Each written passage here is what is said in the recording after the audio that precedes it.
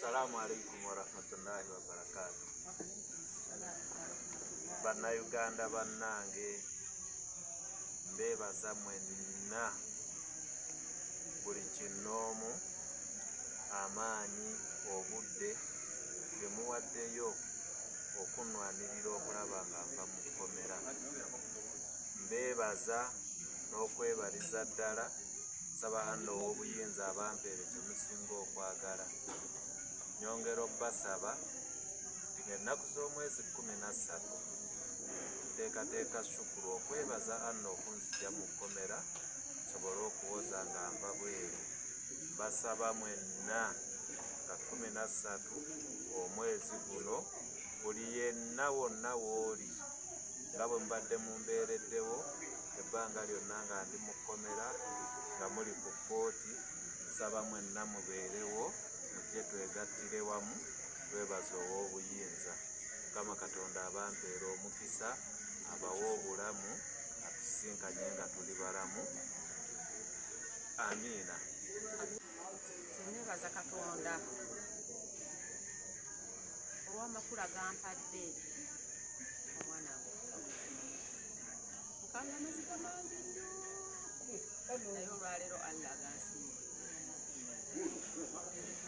Nebaza abantu mwenna n'abadde nabo mu kintu kino, mikwano gyaffe abali mu Uganda, abali ebweru eyo bagamba wala bange bali e UK, abali mu nsi zonna kubanga tubadde era tubalaba ku bannaye. Mwebaza, mwebale kuyimirira naffe, mwebale kubeera naffe, mwebale kutwagala nga temutumanyi naffe tetubamanyi, mwebale kutubeererawo.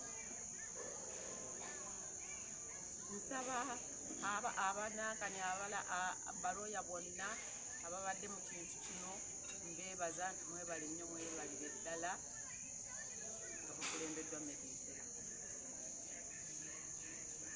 Nebaza bamaama Fiina, nebaza Bafulufiga bonna, buli omu mu kiti kye mwebaza. Ate nsaba tutegese olunaku olw'okukola omukolo gwa shukuru ewa Hajji ennaku y'omwezi 13 ejja.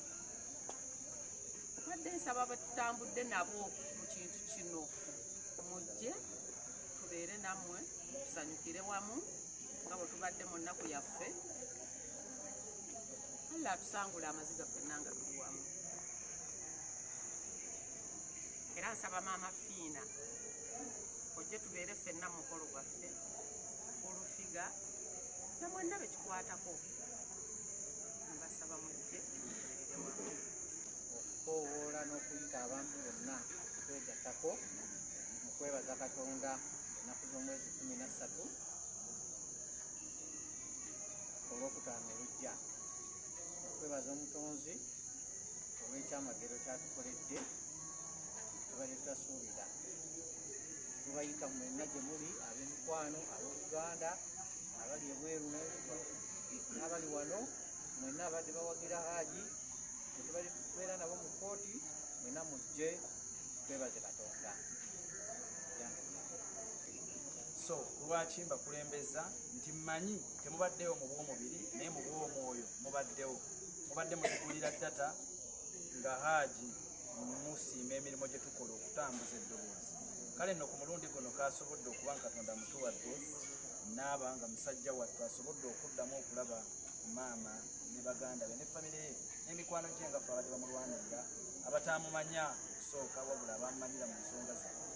Nze nkakasa bulungi nti omukwano guno Hajji ne famire ye temugenda kukomawa, kubanga kyensoose okutegeera nti bantu baagala ate abaagala abantu abaaniriza.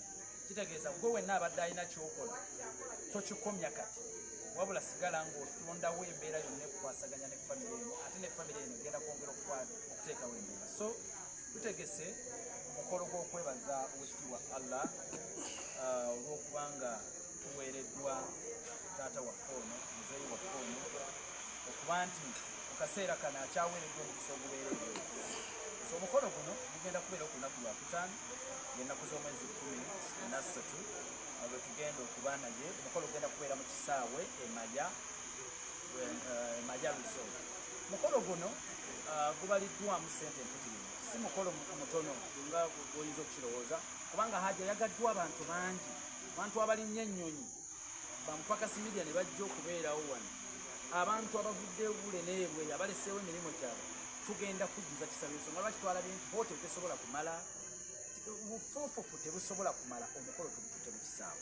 So wano wensinzira okutegeereza gwe Munnayuganda abadde alina essuubi, abadde batusuubiza abantu batusuubiza ebintu bingi. Meya Hajji bw'avaayo kakati twagala tulage essanyu. Olaba obadde oli mulagata ali eri, njagala ku luno tulage ku ssanyu nga Hajji oyogerakoko naye era nga tuyamba okutuukiriza enteekateeka yaffe.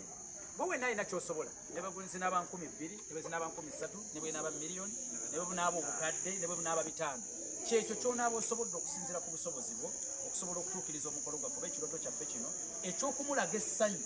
Kubanga ebimu ye musajja wattu tasobodde kubiraba, ebimu twagala tumulagire wano nti Hajji ensi ekwagala, kyonna kye wakola mu bulamu bwo kirabika Katonda waffe ow'ekitiibwa ali mu kukusasula. So mbasaba Abasiraamu mwenna okwetoola eggwanga, Abakatuliki, Abalokole, Abadiventi, ab'obusobozi, Ababisaka, munzikiriza yonna gy'obiriivingiramu, abakulembeze b'ennono, bannabyabufuzi, ba doctors, ba professionals mu bifo byonna ebyenjawulo, ba bloggers, ba influencers, because kino ekintu mukibeddemu tetusobola ate kukiviira mu kaseera kano. So kino tekiriiko nti oba olyani oba olyani, gwe wenna ng'owulira okwatiddwa. Ensonga lwaki twateekawo enkola yaffe Equity for Men, ekitongole kyaffe kino tugamba olwayo kiri ku Ajali, omulundi omulala kiri ku nze, kiri ku Kuki, kiri wa muntu mulala yenna. Kakati bwe kiba nga kisobose ng'owulira okwatiddwako ne ku nsonga eno gye tuliko, tukusaba otudduukirire.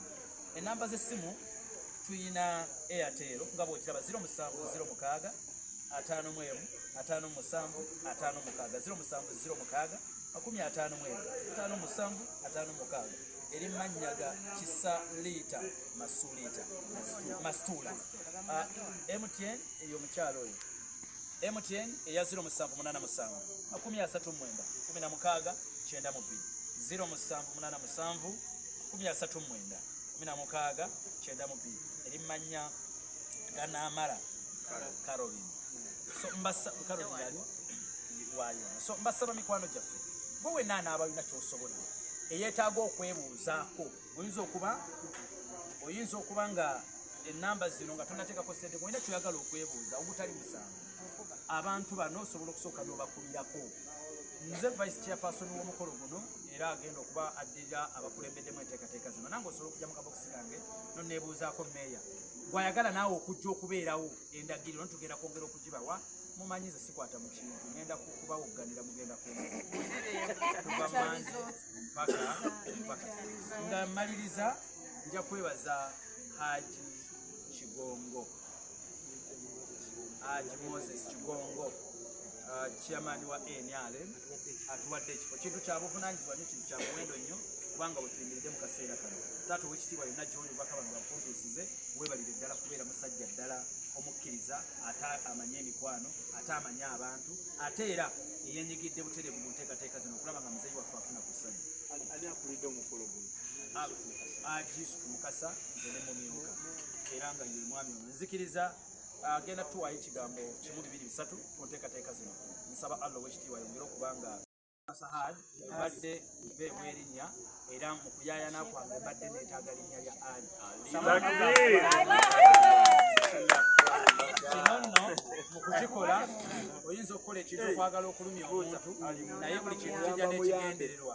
So ffe oba oliawo sandirabye mazima gano abakubanga musajja wa ttono teyakwatibwa. So mu kukwatibwako ne mu kuyaayana kwange okwagala okuzuula amazima, ate nalabidde obulungi obuli mu Buisiraamu, enkwatagano, okuyaayana, obumu, ne mmanya wano wangi bawe ekyalo. Era nzikiriza ensonga eno egenda kutambula ddala nga Allah omubeezi wange ankwatidde.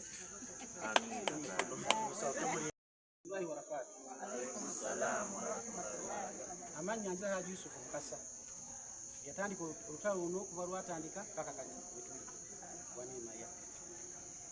Ntwala omukisa okwebaza abantu bwenna ababadde mu nsonga eno, naddala bakitooka, Okedde TV, Soroti, ne rediyo zonna kuba zonna zenyigiramu olw'obuzibu obwaliwo. Ne ntwala omukisa okwebaza Maama Fiina eyalinga omutala w'amayanja n'aweereza ssente ezituyamba ku bimu byetwaba bitebiina n'abikola. Era tumusaba ennaku z'omwezi 13 tube naye mu lukiiko luno tumalirize ensonga zino, ne Hajji Ali Mwezera abeerewo, ne Hajji Moses Kigongo otujja okutuula ewa Hajji Moses Kigongo kuba yatuwadde ekisaawe tulina okutuula abantu bonna mujje n'alina kyalina akireete. Nakangulu bifulufiga ovunaanyizibwa 100 ku 100 okuba nga tutambula bumu kumaliriza omukolo guno mu bulungi. Luno olukiiko olutwala ensonga zino mu maaso, era buli muntu ngenda mukoonako ayogera amannya ge. Ennaku z'omwe nga 12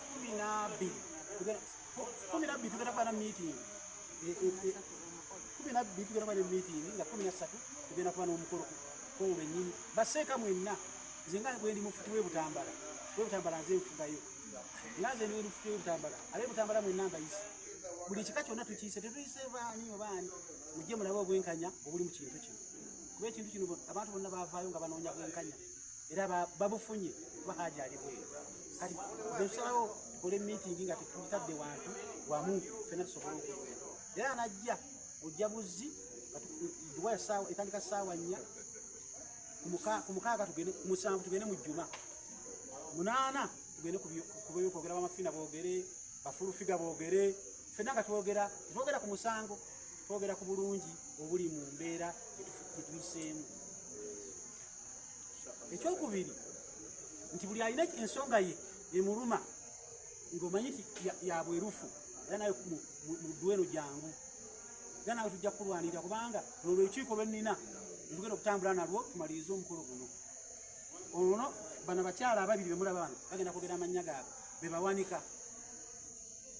Ekiba kitateredde kivunaanyizibwa ku bano. Ono omukulu ye vaisi wange avunaanyizibwa ki? Kubana olwali atodde sahadu, era lugendo mulangirirako olwo ku sahadu ye gy'atodde ng'agitoola kijja mu nniya ye, so tebamukase wabula ebadde nniya ye okubanga atodde sahadu.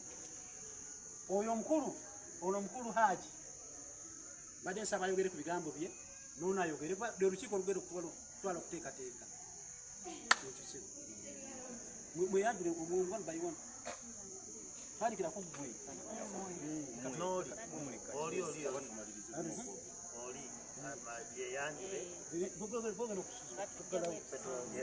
Amanya Mumbejja za Rwango Leila, kansala w'omukisenyi, mobilizer wa Kampala Central, nga ndi musanyufu era ndi musiimu nnyo okunoolwa akakiiko. Salamu alaikum warahmatullahi wabarakatuh. Ndeebaza mwenna banaye abatugeereddewo ababadde mu nsonga eno, abatambuza ensonga eno okutuuka wano leero we tuli, nga ssaawa zino tuli yaddeku. Neebaza abantu bonna bwe tubadde nabo, abantu abali ebweru mwenna mbeebaza bwe tubadde nga nabo ku live. Mmwe tumanyi nti emibiri tegiri naffe naye emitima giri naffe. Bannange tubeebaza abawano buli omu waali kubanga muli bangi, tetujja kwebaza kinoomu koomu. Kaakati tubadde tubasaba byonna sijja kubiddamu. Amannya gange nze Kisaaliita Masituula era nga nze muwanika, n'omukyalo ono naye ajja kweyanjula. Assalamu alaikum warahmatullahi wabarakatuh. Amannya gange nze Namara Shamila, naye namba yange ejja kuleeta amannya Namara Caroline nga eri namba 0787 16 39 16 92. iPad on myself eri 0787 391692. Sister wa Hajji mumanyi anti yagenda mu ddwaliro ate nayogera ebituufu, kati Mungu atulaze ekituufu. Mashallah.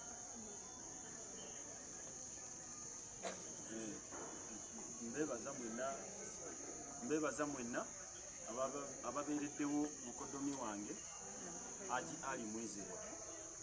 Ensi yonna erowooza nti nze yagabazuula naye ate si kituufu. Hajji oyo yampa omukyala gy'oyo naye olwaleero nfunyemu embeera olw'essanyu eringi sijja kwogera bingi bayita ku mukolo ennaku z'omwezi 13 omwezi guno ekifo Maya Resort olutuuka Maya n'obuuza Maya Resort oba otuuse. Naasanyuka nnyo olw'omukwano omungi